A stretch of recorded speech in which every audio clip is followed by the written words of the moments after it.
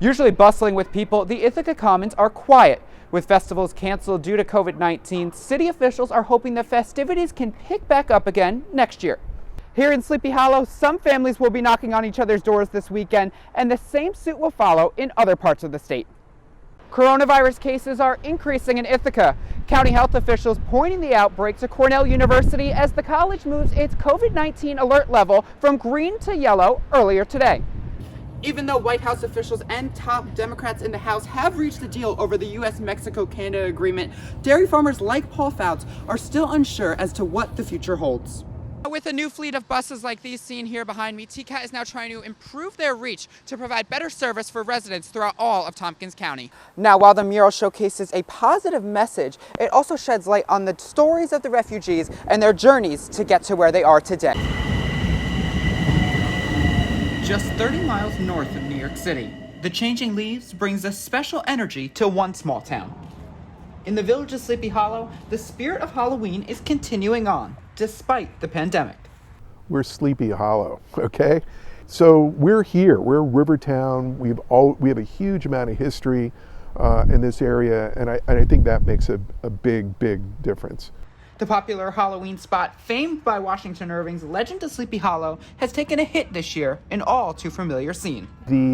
So you see a lot of mask wearing, you see a lot of social distancing, you've seen a definite economic hit on the village and the people that live here. And when it comes to Halloween, the pandemic has been responsible for the cancellation of events, resulting in the financial blow to the village and local businesses. It's really sad. There's a lot of major events that happen in and around Sleepy Hollow, and almost all of them have been canceled. But despite that, the spirit lives on, with some events still taking place this year, even attracting tourists from all over the tri-state area. I mean, people care. They own it. This is our holiday. Among the events, a pop-up shop right on the Hudson River. And for event organizer Stephanie Fuller, a way to connect with the community. We've all been cooped up and we're all having a really nice time being out on the river here in Sleepy Hollow. And it's celebrating Halloween, which it just gets better and better every year here. And as for Halloween night, the mayor giving a glimpse of the village's plan for trick-or-treaters.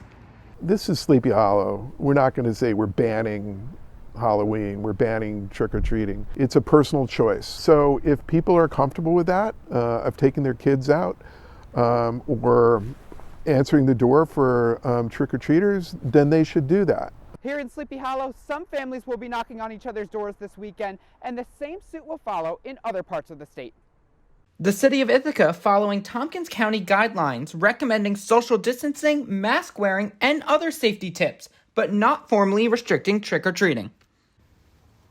Meanwhile, the Downtown Ithaca Alliance having to cancel one of their largest Halloween events this year. The simple answer is we're not doing it. With the COVID spread and with the pandemic regulations that are in effect, we can't have more than 50 people together at any time. And this activity attracts several thousand.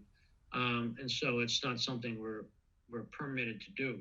And some places have been able to adapt. Some holes in the floor. The History Center in Tompkins County sold out of their haunted walking tours with strict safety protocols in mind. Been offering the tours for 3 consecutive weeks now, and every single tour has been fully booked before it happens, because we're really excited. People are eager to come to our programs, but for us, still the paramount importance is to ensure that we can offer a safe environment to everyone who does come, which means like being really strict with limiting the number of people so we can maintain distancing for all of our programs. The center also providing fun and safe ways for families to engage in the spooky season. And one of the other pieces that I created this year was our cemetery scavenger hunt.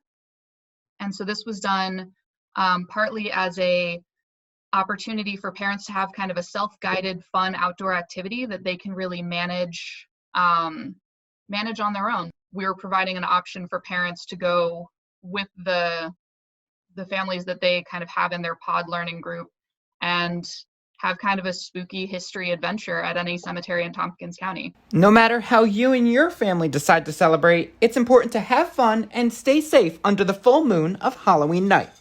Reporting for ICTV Reports in Sleepy Hollow, I'm Mark Scaglione.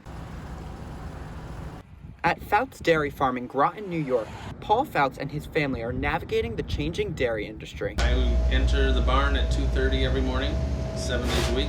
We milk about 600 cows. We milk 3 times a day.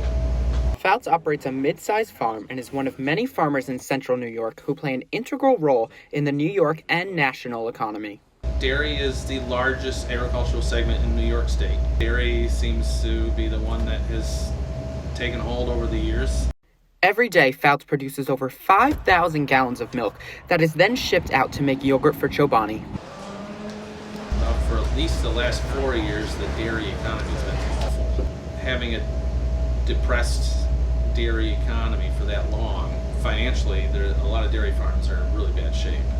Even though White House officials and top Democrats in the House have reached a deal over the U.S.-Mexico-Canada agreement, dairy farmers like Paul Fouts are still unsure as to what the future holds. Uncertainty of those trade agreements is really adding more stress. So there's all these different things that are completely beyond their control. Our farmers feel the pinch from lots of sides. The ongoing transition from the North America Free Trade Agreement to the U.S.-Mexico-Canada Agreement has left many farmers hoping that milk prices will continue to increase. The new agreement should be a net positive, but we were making out fairly well with NAFTA too. We still have really great partners that we're physically attached to, in Mexico and Canada, and I think it's really important and critical for our farmers to still have those markets to ship to. Reporting in Groton, Mark Scaglione, ICTV News.